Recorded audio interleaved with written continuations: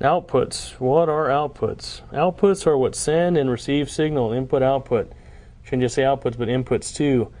What is the most conventional form of output-input signal carrier you're going to find? RCAs. It's going to be what you find in 99.9% of all vehicles. What are the advantages and disadvantages? Well, like I explained earlier, you could have all the technology in the world. It could be shielded, could be, isolated strand technology. There's all kinds of fancy terminologies, but in the end, RCAs are still unbalanced pole technology, which I'm not making out to be a bad thing, because I'm not, because there's very clean RCA-driven, sound systems, but I'm just explaining that's what you'll find most of the time. But there are other alternatives now, like digital line-balanced inputs.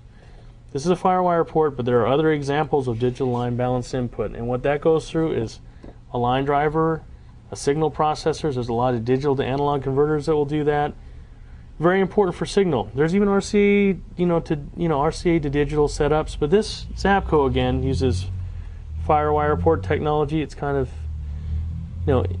invincible against, ambient distortion. You're not going to pick up, you're not going to hear power transfer from a motor. You're not going to hear EMF distortion from other electrical systems in the vehicle.